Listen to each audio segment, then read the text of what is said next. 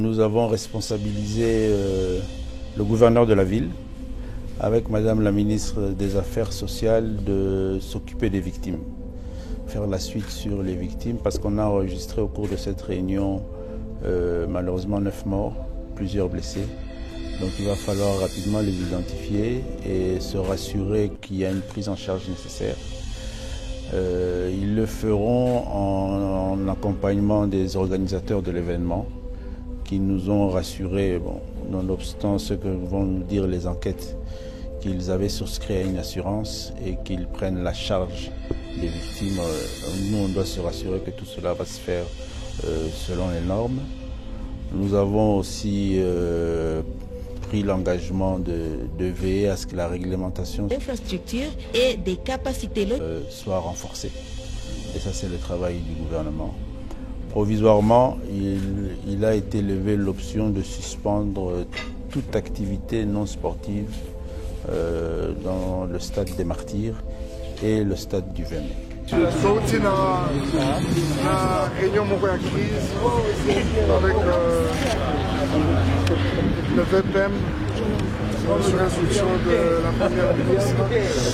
Il y avait également la présence du ministre de la Justice, le ministre d'État, le ministre de la Santé, le ministre des Affaires sociales. Voilà, la culture était sûrement représentée.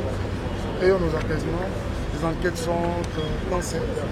Je crois que toutes les précisions nous seront apportées dans les heures qui suivent. Soyons tranquilles et on est ensemble. Merci.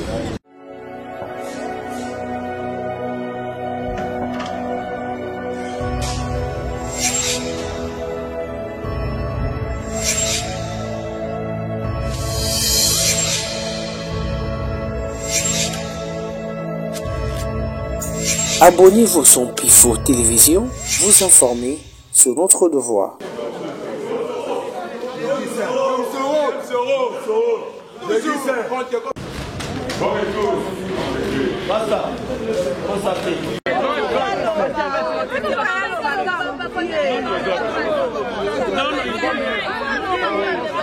Pourquoi tu poses des questions du problème?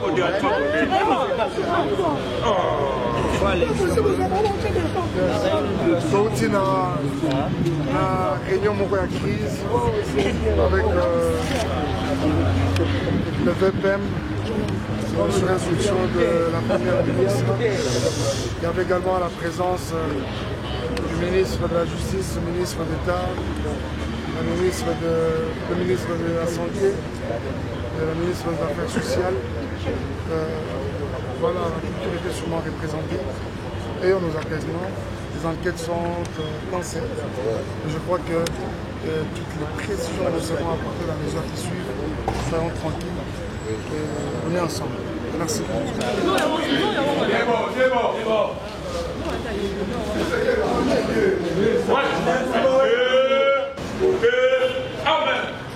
Monsieur le ministre d'État, ministre de la Justice et des Gardes des Sceaux, ainsi que grand frère de la région des Fils, et nous vous souhaitons bon retour.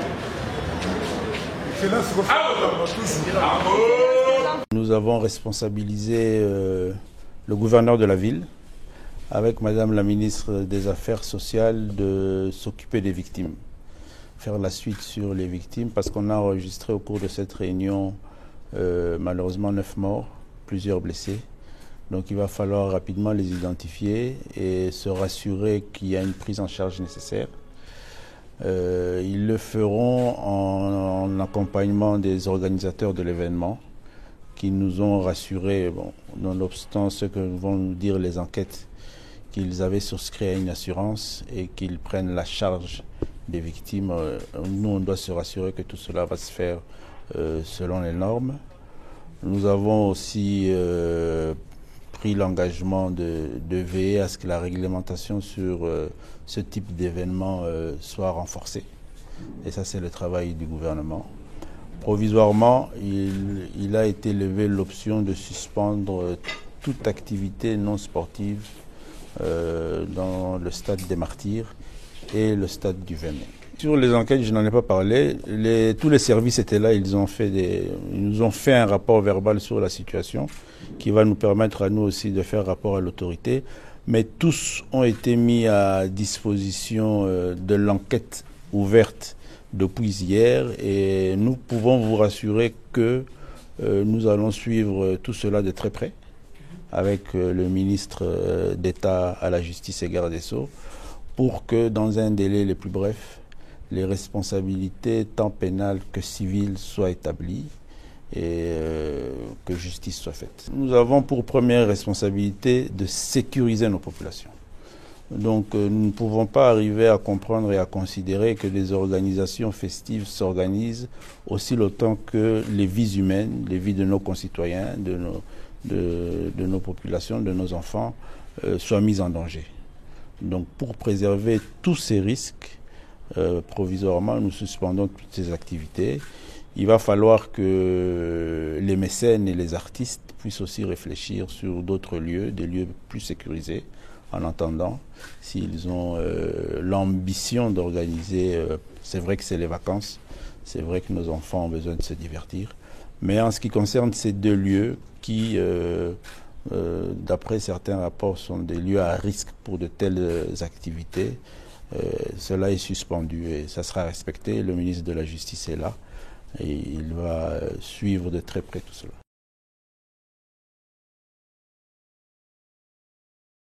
Gadougou pour une mission de prospection en prélude d'une formation des sapeurs-pompiers.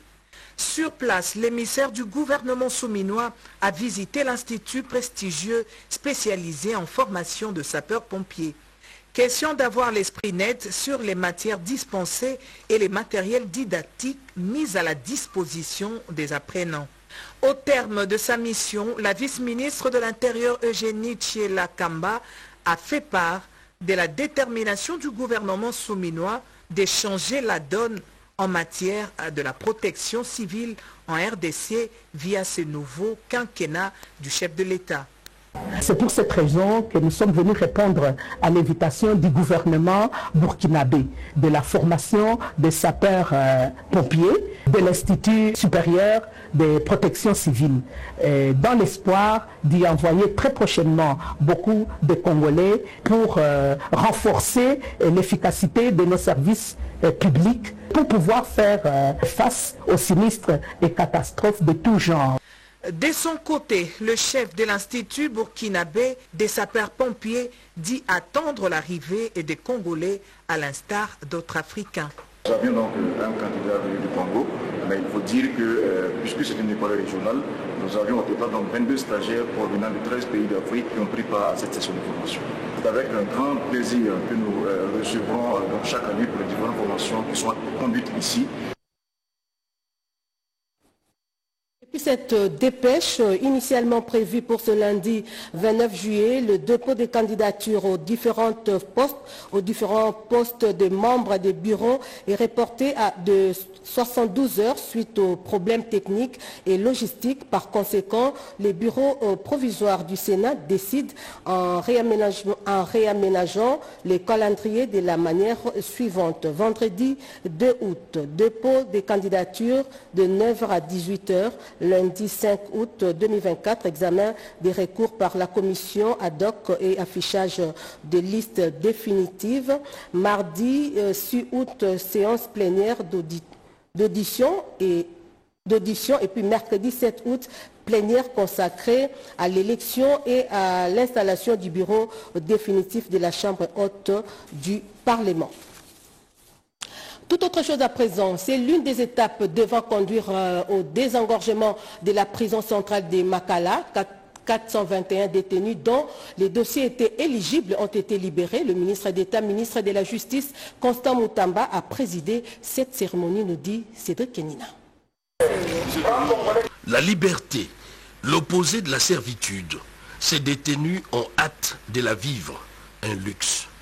421 d'entre eux, pensionnaires de la prison centrale de Makala, quittent leur cellule sur décision du ministre d'État, ministre de la Justice, Constant Moutamba, dans le cadre de l'opération de désengorgement de cet espace de détention qui s'inscrit dans la droite vision du chef de l'État, Félix-Antoine Tshisekedi.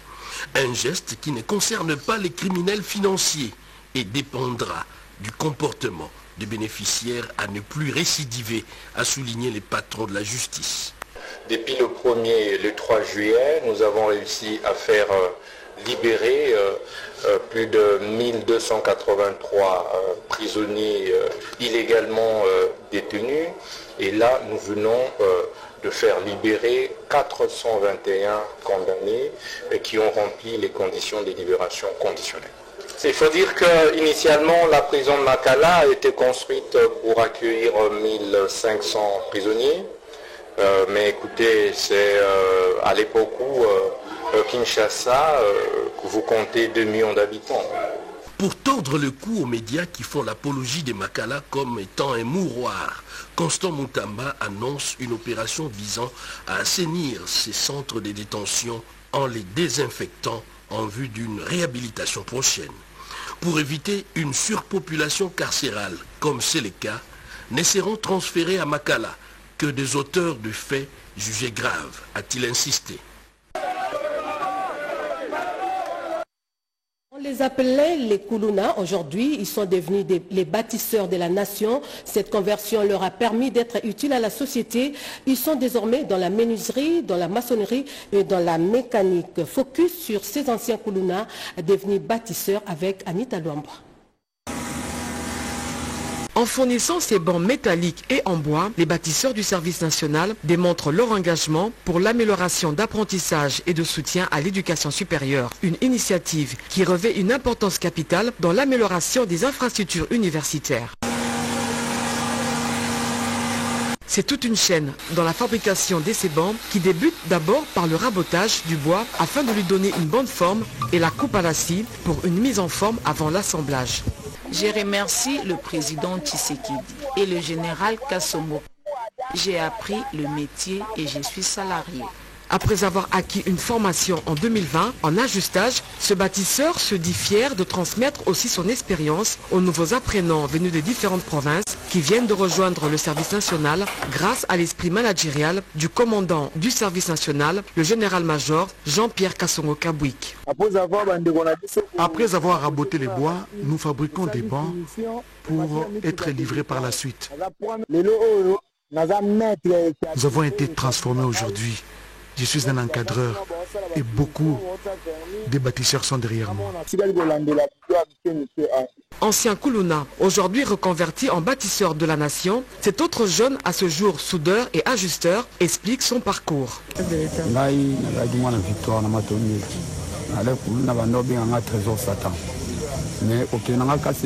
Je vivais à Victoire, au quartier Matongé. On m'appelait souvent Trésor Satan. Je suis de la première promotion des bâtisseurs de Kanyama-Kasese de l'année 2020.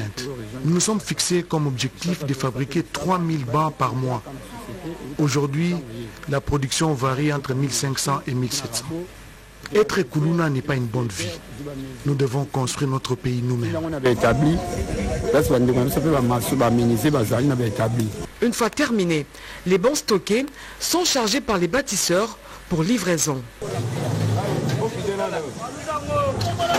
Un travail bien accompli, ce qui fait la fierté du maître d'atelier qui affirme que la tâche n'a pas été du tout facile pour aboutir à ce résultat. En tout cas, vraiment, difficile. Au début, c'était difficile de leur apprendre un métier. Après cette formation paramilitaire assortie de la discipline, aujourd'hui, ce sont des hommes utiles à la nation. Après l'université de Kinshasa, l'université de sciences de l'information et de la communication, des nouveaux bancs attendent d'être livrés par les bâtisseurs de la nation dans d'autres institutions universitaires et scolaires. Et dans le Congo central, des infrastructures scolaires, sanitaires et routières ont été réalisées dans les territoires des Kasangulu. C'est en fait l'œuvre du député national Didier Moukoko. D'autres précisions, c'est avec Rodé Panda. Les secteurs de la santé, l'éducation et les infrastructures routières occupent une bonne place dans le programme du chef de l'État Félix-Antoine Tshisekedi Tshilombo pour son second quinquennat. Dans les territoires de Kasangulu, la population bénéficie de quelques infrastructures de base avec la construction de passerelles et un appui conséquent apporté dans la construction et réhabilitation des bâtiments scolaires et sanitaires en vue de renforcer la gratuité scolaire et la maternité gratuite. Cet appui est une action réalisée par l'honorable Didier Mukoko, Kinamvidi, élu de Kassangoulou dans le Congo central, après sa ronde d'inspection dans sa circonscription composée de différents villages. L'honorable Didier Mukoko a réuni la population pour une matinée de restitution et de sensibilisation. Nous sommes là, accompagnés de mon collaborateur qui désormais c'est un élu de Kassangoulou qui représente le territoire au niveau de Matadi. C'est avec lui que nous avons voulu nous acquitter de ces devoirs combien parlementaires. Je peux que dire merci aux organisateurs parce que je ne m'y attendais pas et c'est comme ça que je profite de l'occasion pour dire à tout acteur politique d'être conséquent lorsqu'il pose des actions et lorsqu'il mène ces actions sur terrain. Parce que nous sommes suivis d'une manière ou d'une autre. J'ai fait aussi une prière à ce même peuple de continuer à me faire confiance et de beaucoup prier pour nous parce que la tâche est noble. Surnommé homme de proximité, Didier Mukoko, Kinamvidi, député national, a retenu aussi l'attention des observateurs avisés et lui ont remis un diplôme de mérite pour ses multiples réalisations en faveur de la population.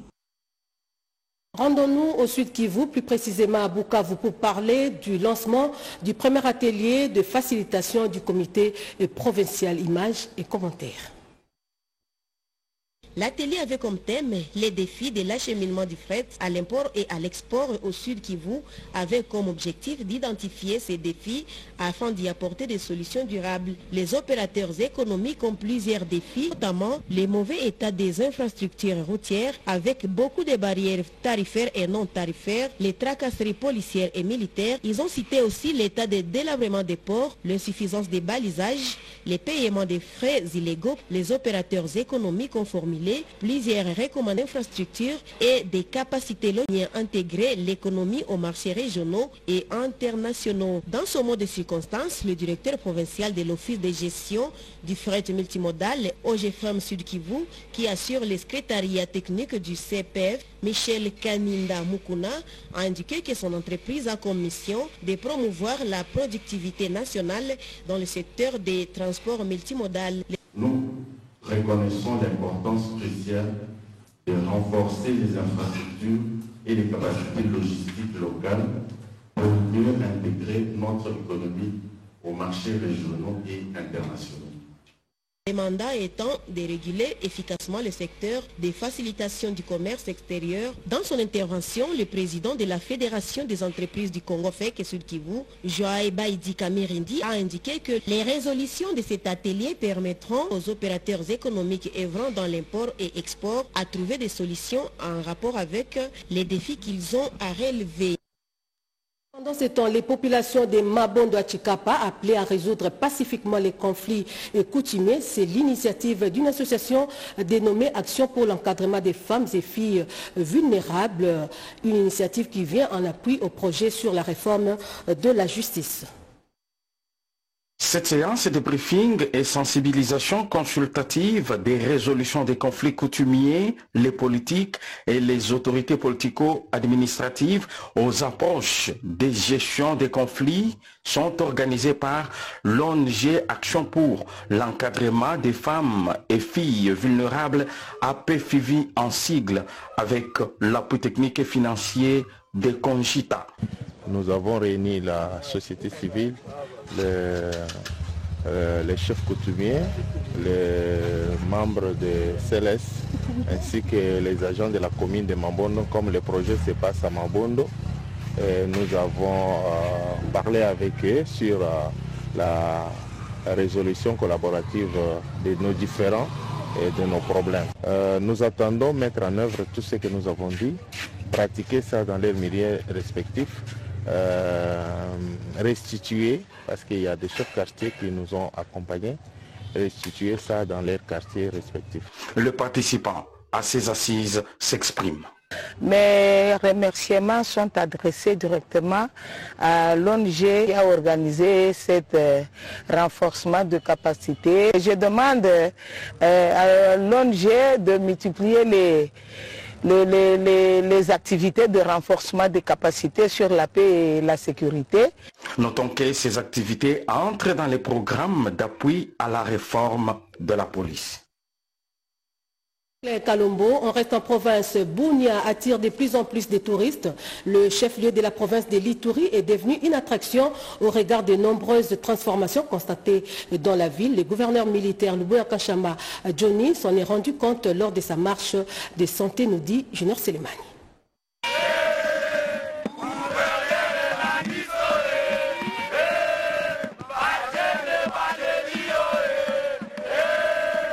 Le plan de développement imprimé par le gouverneur militaire de l'Ituri, le lieutenant-général Luboya Kachama Johnny, en ville de Bunia, atteint son paroxysme.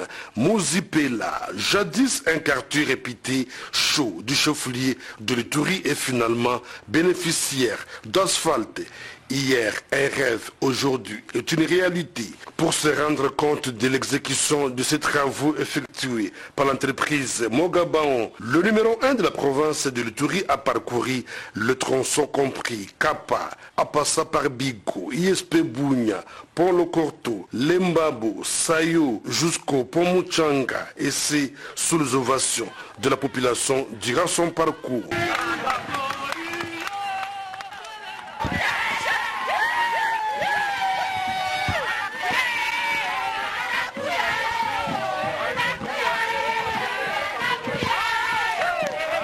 Cette marche d'endurance physique hebdomadaire de l'autorité provinciale raffermit davantage une communion avec ses administrés, témoignent les notables Lokuni Nembe. Nous sommes très contents d'abord de la randonnée que le gouverneur fait.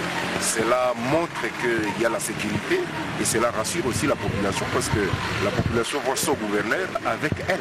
Donc le gouverneur circule, il passe avec toute sa troupe et puis cela rassure la population qu'il y a la paix. Et ça c'est une très bonne chose pour nous. Et nous qui sommes des légions d'enseignement supérieur universitaire, ça renforce aussi notre capacité à bien gérer les étudiants. Et aujourd'hui la route de l'ISP est très propre. Nous ne respirons plus la poussière. Donc encore une fois, coup de chapeau à l'état des sièges, surtout pour les métiers de la sécurité. Le commandant de la 32e région militaire et son équipe se sont associés également à la marche d'endurance du commandant des opérations militaires en Ituri, qui reste déterminé à remplir la mission lui confiée par le commandant suprême de FARDC, Félix Antoine Tshisekedi Tshilombo. Le vice-gouverneur du Maniema, lui, a présidé une double cérémonie à la mission locale de l'église méthodiste de Kindu. D'abord, il a procédé à la fermeture de la 6e édition de formation des filles vulnérables, puis à la 12e conférence de la région Congo-Est. Images et commentaires. Le vice-gouverneur du Maniema, Kantisamba Makuboul Corneille, a présidé une double cérémonie ce dimanche 28 juillet 2024 à la mission locale de l'église méthodiste unie du Congo à Kindu. Il s'agit de la fermeture de la 6e édition de formation de filles vulnérables au centre de formation Maman Line et l'ouverture de la 12e conférence de la région Congo-Est de l'église méthodiste unie. Katisama Makubouri Corneille, dans son discours, a salué la volonté du chef de l'État de collaborer avec les églises dans le secteur éducatif.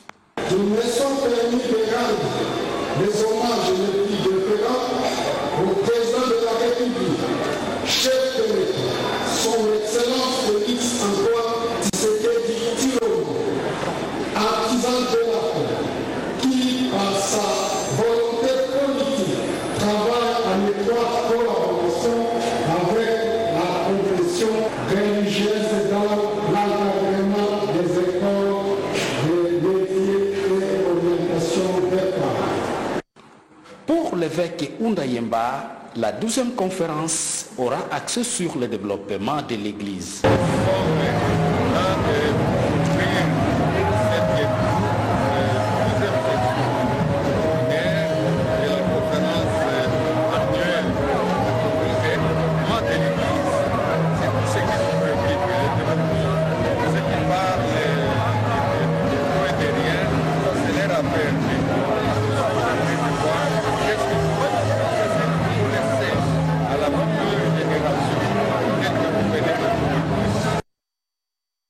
Les renouveaux charismatiques de la RDC totalisent 50 ans. À l'occasion du 50e RDC, mouvement de l'Église catholique, il a été organisé une campagne d'évangélisation avec comme thème « Debout et rayonne de la lumière de la Pentecôte ». C'était à l'Université catholique du Congo. On fait le point avec Jacques Kabouaba. Prière, adoration, aussi introspection et détermination. C'est la grande célébration à la hauteur de la première convention du renouveau charismatique catholique dans la ville-province Kinshasa. Cadre choisi, l'Université catholique du Congo ICC. Thème retenu, debout et rayon de la lumière de la Pentecôte. Les orateurs qui se sont succédés à la tribune, Fridolin Cardinal Ambongo, archevêque de Kinshasa, révérende sœur Judith Myriam de Côte d'Ivoire, frère Jean-Christophe Sakiti du Togo, M. l'abbé Léonard Satedi, recteur de l'ICC, ainsi que Julien Yave, ont édifié les uns et les autres à travers ces thèmes importants qui cadrent avec les 50 ans du renouveau charismatique en RDC. Prenez conscience que vous avez un pays béni. Vous avez tout au Congo et que vous n'avez pas besoin d'aller en Belgique ou en Chine ou au Qatar ou à Dubaï pour être riche. Vous avez tout. Et prions aussi pour nos autorités politiques et administratives pour qu'ils mettent en place des structures qui permettront aux Congolais de mettre en valeur les richesses qu'ils ont. Et dans ce sens, prions aussi pour la fin de la guerre. Parce que d'autres, pour pouvoir profiter des richesses du Congo, viennent s'installer, monter des rébellions. Et pendant qu'on se bat contre eux, ils exploitent les richesses. Et ce n'est pas du tout bon. Rappelons toutefois que la particularité des assemblées du renouveau charismatique, conduites aussi bien par des prêtres que par des laïcs, réside dans l'organisation des séances de prières, des louanges, de l'écoute de la parole de Dieu et de l'effusion du Saint-Esprit en communauté. Vous n'avez pas pu parcourir certains journaux parus ce matin dans la capitale, pas de souci. Jean-Pierre Ndolo Demazou a sélectionné et commenté pour vous quelques sujets à travers cette revue de presse.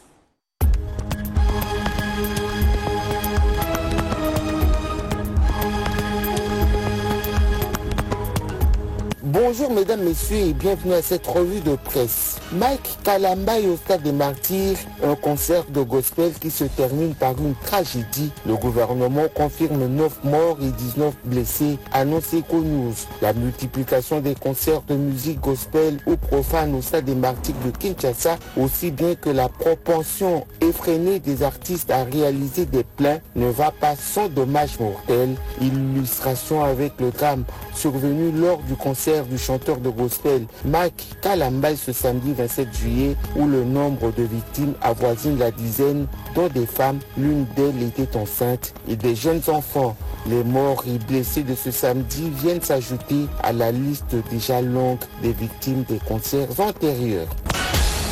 Des morts de trop qui pouvaient être évitées renchérit le quotidien. Il y a lieu de relever, écrit le journal, que ce n'est pas la première fois que pareils incidents soient déplorés dans le même Stade des Martyrs. L'on sait que dans des manifestations qui rassemblent des masses importantes des personnes, des dispositions sécuritaires et de contingence doivent être prises pour contrôler les mouvements des personnes. Comment pouvait-on vendre les billets d'entrée au-delà de la capacité d'accueil du Stade des Martyrs? Pourquoi laisser les personnes continuer à accéder au stade alors qu'il n'y avait plus de place, s'interroge le quotidien. Environ 2 ans après, les mêmes causes ont produit les mêmes effets, comme si les leçons précédentes n'ont pas été tirées. Stade des Martyrs de la Pentecôte, concert de Mike Kalambaye, 9 morts et des pillages, constate le phare. Le concert du musicien chrétien Mike Kalambaye le samedi 27 juillet au Stade des Martyrs de la Pentecôte voulut une manifestation de louange, de prière et d'adoration à l'honneur de Dieu Tout-Puissant a curieusement tourné au drame. Juste en début d'après-midi, 27 juillet 2024, affirme le confrère, 9 morts au total, dont 7 au centre Vijana à Lingwala et 2 autres au centre hospitalier de Ngiringiri. Des pillages, des mobiliers et d'autres équipements de ce temple sportif ont été enregistrés. Suite au drame du concert de Mike Kalambaye, suspension des événements non sportifs dans les stades des Martyrs et Tata Raphaël, les concerts de Fali et Festigola prévus en août annulés, titre info27.cd. Le gouvernement de la République démocratique du Congo a pris la décision le dimanche 28 juillet de suspendre toutes les manifestations non sportives dans les stades des Martyrs et Tata Raphaël et ce jusqu'à nouvel ordre. Cette suspension entraîne également l'annulation du double concert de Fali Ipupa et du Festival de la culture congolaise Festigola prévu au stade Tata Raphaël en août. Ainsi se referme cette édition des 13h30 sur la RTNC. Nous disons merci à la régie pour son soutien technique. Merci à vous de la confiance et fidélité à la télévision nationale congolaise. L'information revient à 19h et ce sera avec Yvette Makuntima à la présentation. Je vous souhaite de passer une très belle journée en compagnie de nos programmes.